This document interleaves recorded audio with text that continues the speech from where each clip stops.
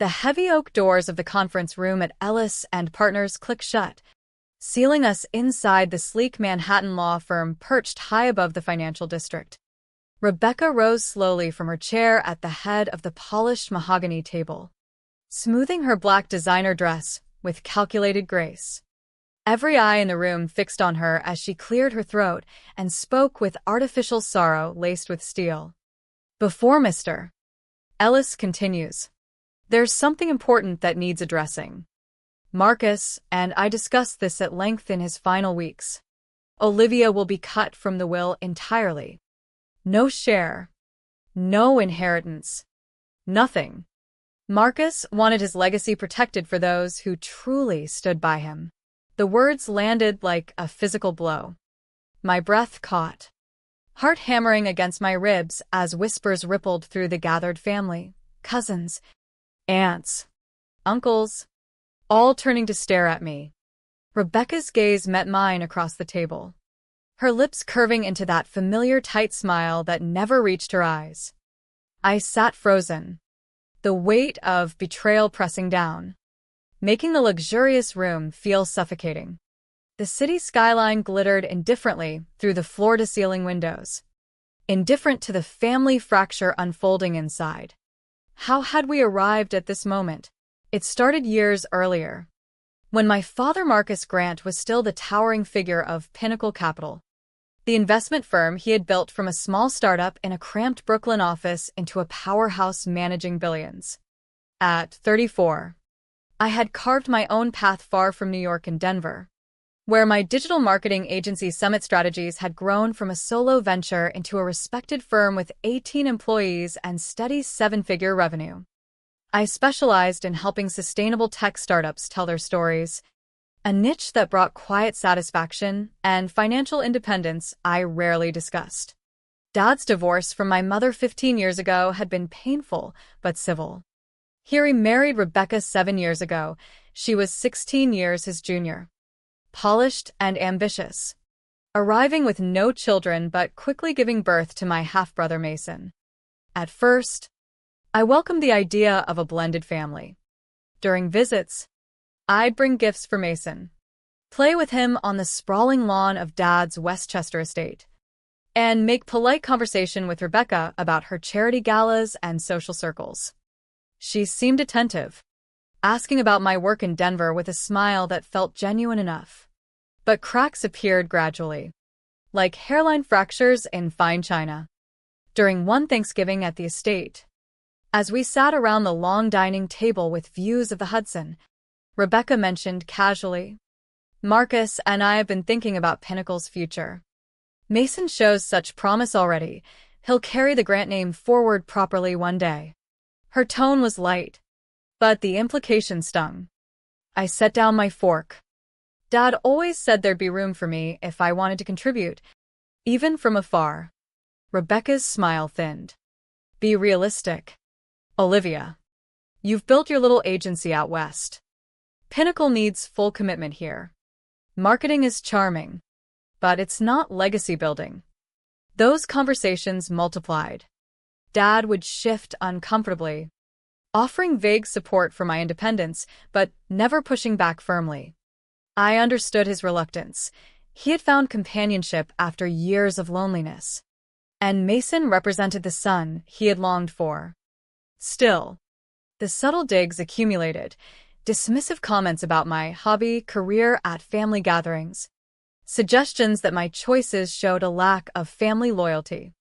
I bit my tongue for Dad's sake, flying in every few months from Denver, staying at the estate, and focusing on quiet moments with him, lunches where he'd squeeze my hand and say, "You've got my fire. Live. Building something real on your terms. I'm proud." The worst betrayal came in late 2022. Rebecca asked me to co-sign paperwork for a luxury SUV as a surprise anniversary gift for Dad while he was traveling. It's just procedural.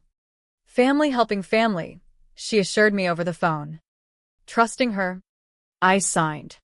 Months later, my credit report showed multiple unauthorized loans tied to my name, tanking my score and complicating business loans for Summit. When confronted, Rebecca waved it off. Paperwork mix-up. Surely. You're overreacting, we're family. Yet in private moments, she'd remind me sharply, you'll never hold the same place as Mason. Real family comes first. I endured it silently, valuing my time with Dad too much to force a confrontation. Our last conversation, 2 months before his sudden heart attack, echoed in my mind during that reading. Over coffee in a quiet Westchester cafe, he had leaned forward, eyes warm. Your independence reminds me of starting out. Don't ever doubt your path. Live. You've made me prouder than you know. Now. In the conference room, that pride felt distant. Rebecca continued her announcement, painting me as distant, uninterested, unworthy. Mr. Ellis, Dad's longtime attorney, observed quietly before a soft chuckle escaped him. Not cruel, but knowing. Rebecca faltered. I failed to see the humor in respecting my husband's wishes. Mr. Ellis reached for a folder and a small USB drive I hadn't noticed. Mrs. Grant, it's fascinating you claim insight into a will I finalized with Marcus mere weeks before his passing. The room tensed. He connected the drive, and a screen at the room's end flickered to life. Dad appeared, looking weary but resolute, speaking directly to the camera. If you're seeing this, I've passed, and Rebecca has likely tried to rewrite my intentions regarding Olivia. Gasps filled the air. Rebecca's face drained of color. Dad continued calmly, detailing how he had anticipated pressure to exclude me, pretending to consider it for household peace while working with Mr. Ellis on protections. He affirmed my 40% controlling interest in Pinnacle Capital Plus substantial liquid assets, praising my hidden success in building Summit strategies independently. The video laid out safeguards, including a recent psychological evaluation confirming his sound mind. As it ended, Mr. Ellis resumed reading the matching will. Rebecca sputtered. This is manipulation. I'll contest it. Mr. Ellis replied evenly that any challenge would have the challenger's share, redirecting to a family foundation. Rebecca gathered herself, whispering to me as she left. This isn't finished. But in that moment, the ground had shifted. The days after the will reading blurred into a haze of legal meetings and emotional processing. I returned briefly to Denver to steady myself, walking the familiar trails near my home in the foothills, letting the mountain air clear my head. Summit strategies hummed along under my team's capable hands, but my mind kept returning to Rebecca's threats and Dad's foresight. He had seen through the polished facade she presented. Back in New York, I began familiarizing myself with Pinnacle's operations. Dad had left detailed transition plans, allowing me to maintain my Denver base while contributing strategically. The executive team, many longtime loyalists, welcomed the clarity after months of uncertainty. Rebecca had withdrawn to the family's Aspen vacation home with Mason, reportedly consulting lawyers who quickly advised against contesting given the video and evaluation. But she didn't relent quietly. Subtle campaigns began, whispers in social circles about my outsider status and lack of commitment to Pinnacle, calls to key investors expressing concerns about leadership stability. Invitations to networking events tied to Dad's world dried up mysteriously. I monitored without immediate reaction, focusing on building alliances with the board and staff. Dad's former assistant, Claire, became an ally, sharing insights into office dynamics Rebecca had never grasped. She treated Pinnacle like a personal prestige prop, Claire confided one evening. Marcus saw the vision. She saw the status. 3 months later, my cousin Hannah called with urgent news. Rebecca was planning a lavish investor gala at a prestigious Midtown venue, framing it as a tribute to Dad's legacy while positioning herself as the guiding force for Pinnacle's future. The guest list included board members, major clients, and influencers. She had no legal authority for such an event, but her social web allowed her to leverage connections and sow out before I solidified my role. I considered legal blocks but opted for a bolder path. Gathering evidence quietly, with help from forensic accountants and trusted analysts from Summit, I uncovered patterns. Rebecca had diverted funds from joint accounts during Dad's illness for personal luxuries and risky side investments. Company resources had been funneled toward her projects disguised as firm initiatives. Not criminal enough for charges alone, but combined with her will manipulation attempts and current undermining, it formed a compelling ethical case. I coordinated with Mr. Ellis and key executives to transform the gala into a moment of reckoning. On the night of the event, I arrived deliberately after guests had gathered. The ballroom shimmered with Pinnacle branding.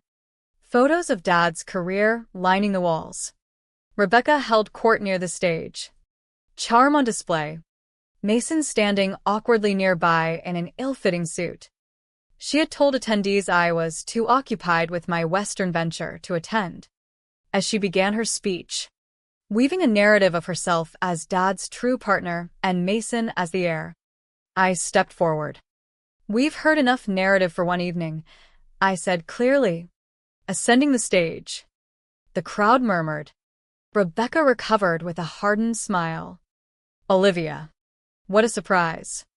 I was just honoring your father's wishes."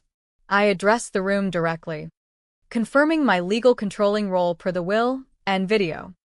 A presentation followed, organizational charts, strong financial results under the transition, then the evidence of fund diversions, timelines of will interference attempts, and emails seeking to invalidate Dad's plans even before his death.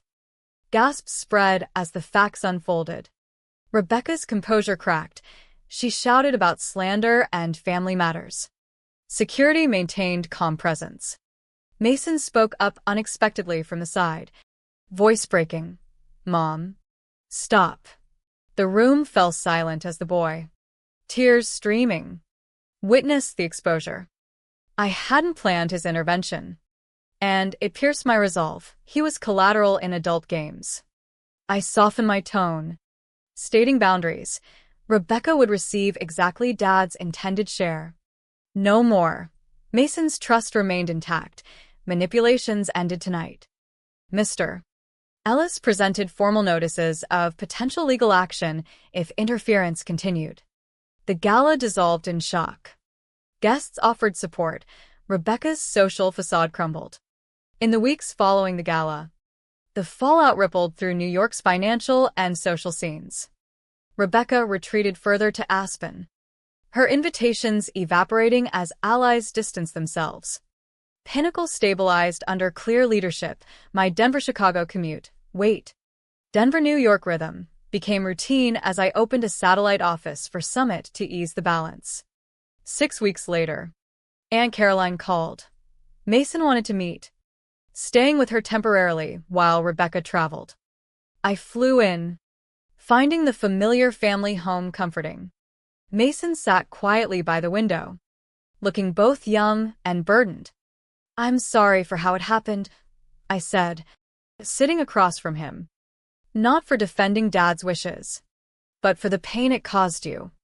He nodded, staring outward. "Dad talked about you when she wasn't around.